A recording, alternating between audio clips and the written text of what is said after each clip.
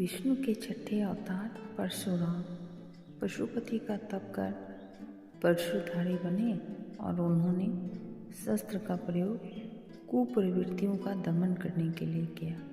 नमस्कार मित्रों, आज की चर्चा में परशुराम द पुरुषोत्तम श्री राम, जिनका सादर नमन करते हूँ, उन शस्त्रधारी और शास्त्रज्ञ भगवान परशुराम की महिमा का वर्णन शब्दों की सीमा में संभव नहीं। वे योग, वेद और नीति में निष्णात थे।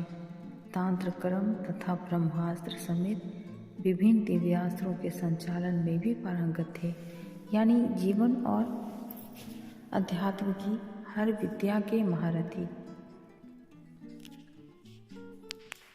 लोग कहते हैं परशुराम ने जाति विशेष का विरोध किया, लेकिन यह तार्किक सत्य नहीं।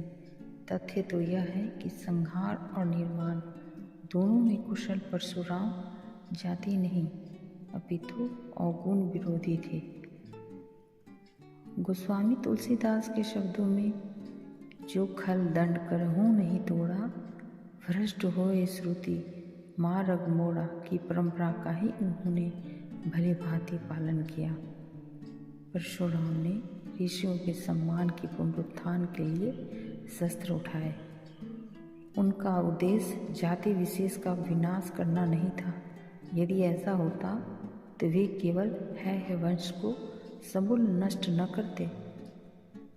जनक, दशरथ आदि राजाओं का उन्होंने समुचित सम्मान किया।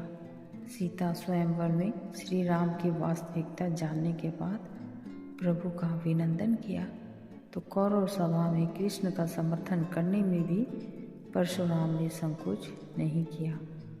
कर्ण को श्राप उन्होंने इसलिए नहीं दिया कि कुंती पुत्र किसी विशिष्ट जाति से संबंध रखते हैं, वरन असत्य वाचन करने के दंड स्वरूप कर्ण को सारी विद्या विस्मृत हो जाने का श्राप दिया था। कौशल्या पुत्र राम और देवकी नंदन कृष्ण से अगाध स्नेह रखने वाले परशुराम ने गंगा पुत्र देवव्रत को न सिर्फ युद्ध कला में प्रशिक्षित किया, बल्कि यह कहकर आशीष भी दिया कि संसार में किसी गुरु को ऐसा शिष्य पुनः कभी प्राप्त न होगा। पौराणिक मान्यता के अनुसार अक्षय तृतीया को ही त्रेता युग का आरंभ हुआ था। इसी दिन यानी वैशाख शुक्ल तृतीया को सरस्वती नदी के तट पर निवास करने वाले ऋषि जमदग्नि तथा माता रेणुका के घर प्रदोष काल में जन्मे थे परशुराम। परशुराम के क्रोध की चर्चा बार बार होती है, लेकिन आक्रोश के कारणों की खोज बहुत कम हुई है। परशुराम ने प्रतिकार स्वरूप है वंश के कीर्तिवीर अर्जुन की वंशवेल का 21 बार विनाश किया था, क्योंकि कामधेनु गाय का हरण करने के लिए अर्जुन पुत्रों ने ऋषि जमदग्नि की हत्या कर दी थी।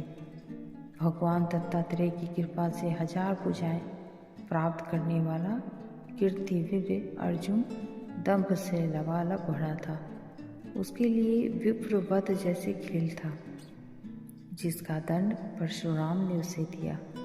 ग्रंथों में यह वर्णित है कि सहस्त्रबाहु ने परशुराम के कुल का 21 बार अपमान किया था।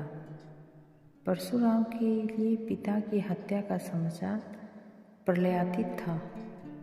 उनके लिए ऋषि जमदग्नि केवल पिता ही नहीं, ईश्वर भी थे।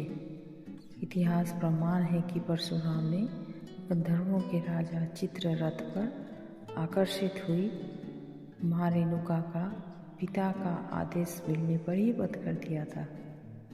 जमदग्नि ने पितृ आज्ञा का विरोध कर रहे पुत्रों रुक्मान, सुखेन, वसु तथा विश्वानन को जड़ होने का श्राप दिया, लेकिन बाद में परशुराम के अनुरोध पर उन्होंने दयावश पत्नी और पुत्रों को पुनर्जीवित कर दिया। पशुपति भक्त परशुराम ने श्री राम पर भी क्रोध इसलिए व्यक्त किया क्योंकि अयोध्या नरेश के शिव धनुष तोड़ दिया था।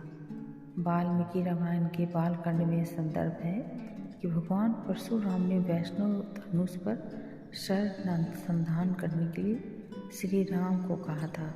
जब वे इसमें सफल हुए तब परशुराम ने भी समझ लिया कि विष्णु ने श्री राम स्वरूप धारण किया है। परशुराम के क्रोध का सामना तो गणपति को भी करना पड़ा था। मूर्ति ने परशुराम को शिव दर्शन से रोक दिया था। रुष्ट परशुराम ने उन पर परशु प्रहार किया। इससे गणेश का एक दांत नष्ट हो गया और वे एक दंत कहलाए। अश्वत्थामा, हनुमान और विभीषण की भांति प्रभु स्वरूप परशुराम के संबंध में भी यह बात मानी जाती है कि वे चिरंजीवी हैं।